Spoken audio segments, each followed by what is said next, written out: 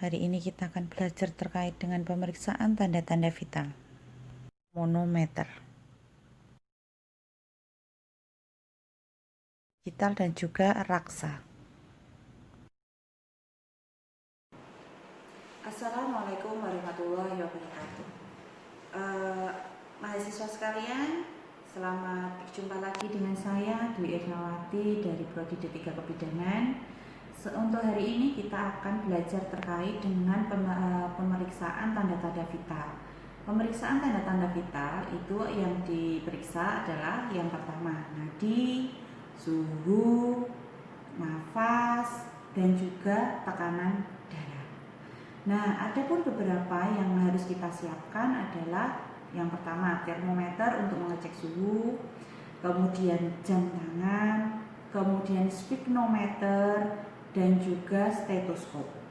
Nah, kita nanti akan melihat alat-alat yang akan kita gunakan sebagai berikut. Alat yang kita gunakan untuk mengukur suhu, kita menggunakan termometer. Termometer ini ada termometer digital dan juga ada termometer raksa. Mungkin sekarang tak jarang untuk termometer raksa. Ini adalah termometer digital. Cara menggunakannya, kita tinggal pencet yang bagian sini. Kemudian ditunggu sampai ini. Baru nanti kita gunakan. Kemudian ini adalah stetoskop. Stetoskop ini kita bisa memasangnya di telinga.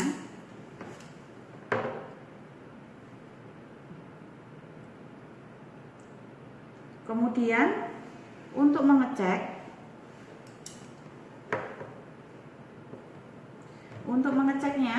ini ada terkunci. Nah, ini berarti kalau misalnya tidak terdengar, itu berarti masih terkunci. Kalau biar tidak terkunci diputar. Kalau terdengar sekali berarti itu sudah tidak terkunci. Kemudian yang di sini itu untuk memeriksa pasien dewasa. Kalau yang di sini untuk memeriksa anak. Ini namanya adalah stetoskop. Kemudian untuk sphygmometer sendiri sekarang ada macam-macam. Ada yang berupa air raksa, ini ada yang digital, ini ada yang manset seperti ini. Yang ini untuk anak kecil mansetnya. Oke. Ini kalau untuk yang air raksa, ini ada tanda kuncinya di sini. Ini off, di sini on. Nah, seperti itu. Nah, ketika kita melakukan pengukuran tekanan darah, itu yang harus kita perhatikan ataupun apa sih fungsinya untuk mengukur tekanan darah? Tekanan darah ini fungsinya untuk mengukur bagaimana sirkulasi ataupun aliran darah yang dari jantung ke seluruh tubuh dan dari seluruh tubuh ke jantung. Di sini nanti akan ada istilah sistol dan diastol. Kalau sistol itu adalah darah yang mengalir atau keluar dari jantung ke seluruh tubuh. Kalau diastol itu adalah darah yang dari seluruh tubuh masuk ke jantung. Nah, sistol nanti ditulisnya di atas, diastol itu ditulisnya di bawah. Misal, kalian mesti sering mendengar 110/80. Sistolnya berarti 110, diastolnya berarti 80.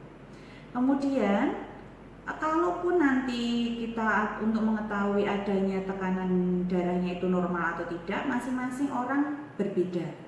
Ada yang normalnya 110/80, ada yang 120/80. Tetapi kita katakan kalau dia sudah tekanan darah tinggi itu lebih dari 140 untuk sistol dan lebih dari 90 untuk diastol. Nah, nanti mungkin akan saya jelaskan dengan beberapa peragaan kepada pasien. 3. Pemeriksaan tekanan darah itu akan ada perbedaan antara posisi duduk, berdiri, dan terlentang. Karena sirkulasi darahnya juga akan berbeda. Kemudian ketika kita mau melakukan pemeriksaan tekanan darah pada pagi hari, hasilnya akan berbeda di siang hari maupun akan berbeda di sore hari. Pagi hari tubuh itu belum beraktivitas, sehingga tekanan darahnya cenderung lebih stabil. Tapi ketika siang hari kita melakukan pemeriksaan tekanan darah, kemungkinan ada peningkatan karena terjadi peningkatan metabolisme dalam tubuh. Sehingga kalau kita kaitkan dengan ibu hamil, misal itu ibu hamil yang datang ke kalian periksa tensinya di pagi hari, ternyata tensinya tinggi, kemudian kalian suruh balik lagi ke tempat praktek kalian tidak boleh meminta untuk baliknya itu pas di siang hari karena metabolismenya cenderung meningkat, sehingga tekanan darahnya pun akan cenderung meningkat. Sebaiknya disuruh kembali pada sore hari karena siklus metabolisme dalam tubuh itu seperti kurva, dari bawah naik turun lagi. Ketika puncak itu terjadi saat siang hari. 3. Ini ada alat lagi yang bernama adalah oximetri. Oximetri ini fungsinya untuk mengukur kadar oksigen dalam tubuh kita. Nah, SpO2 itu adalah, di sini ada SpO2. SpO2 itu artinya adalah untuk mengukur berapa persen sih oksigen dalam darah kita. 3. Saat ini kita akan mengukur tanda-tanda vital. Di sini yang kita akan ukur adalah nadi dan juga nafas.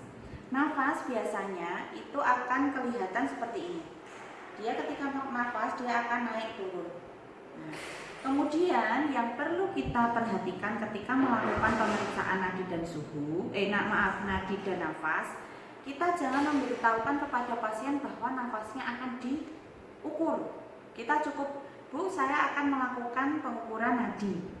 Nah, karena apa? Ketika kita menyampaikan bahwa nafasnya akan diukur, nanti dia tidak bisa spontan dalam bernafas. Seperti itu. Jadi mungkin nanti akan mengalami bias dalam hasil penghitungan. Sekarang kita akan mengukur, kita cek dulu nadinya di sini. Kita tidak boleh menggunakan jempol atau ibu jari. Kita gunakan adalah jari tengah dan jari telunjuk karena ini yang paling sensitif. Jadi kita lakukan gini.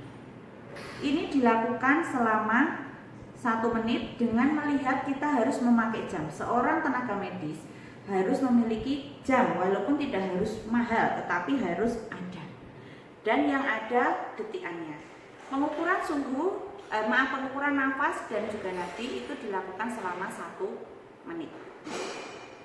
Sambil lihat ini, kita sambil hitung nafasnya.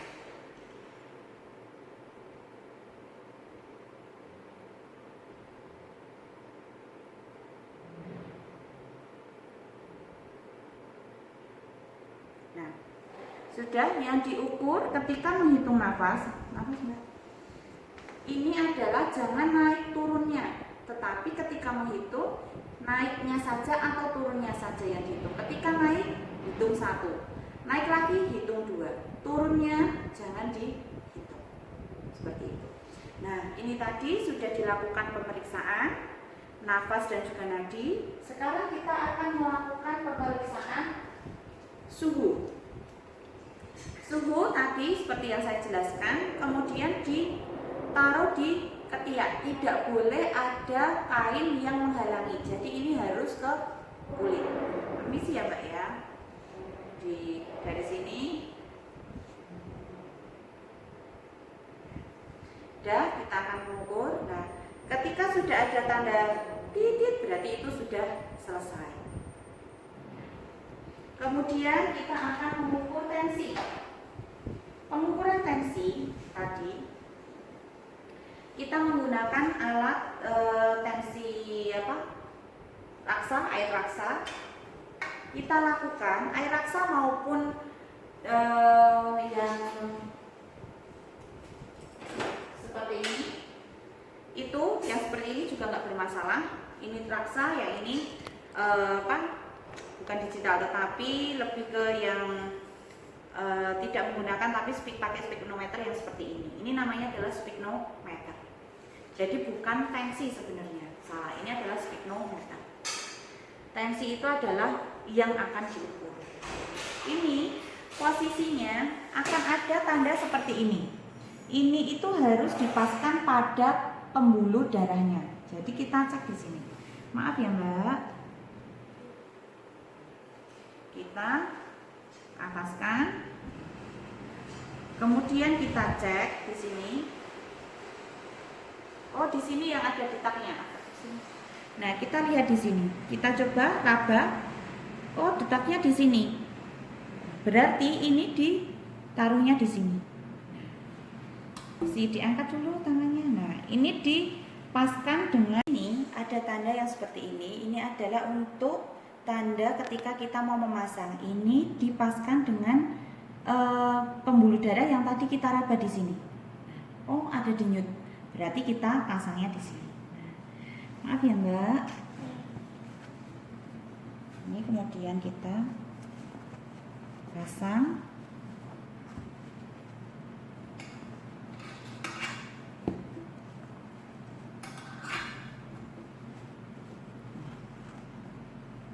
Kita pasang di sini. Kemudian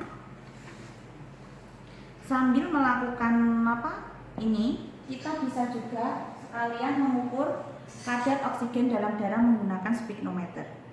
Kita inikan dulu, kemudian kita pasang di jari telunjuk. Nah, itu juga selama 1 menit. Kemudian kita gunakan stetoskop.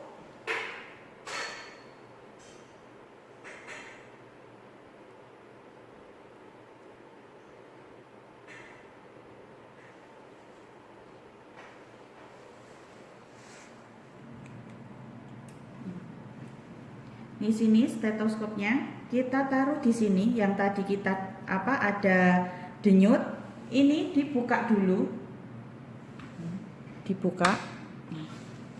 Kemudian kita ini dikencangkan, kemudian kita sehingga naik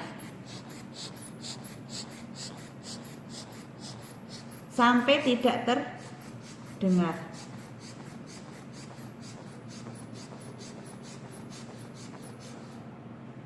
Kita pelan-pelan.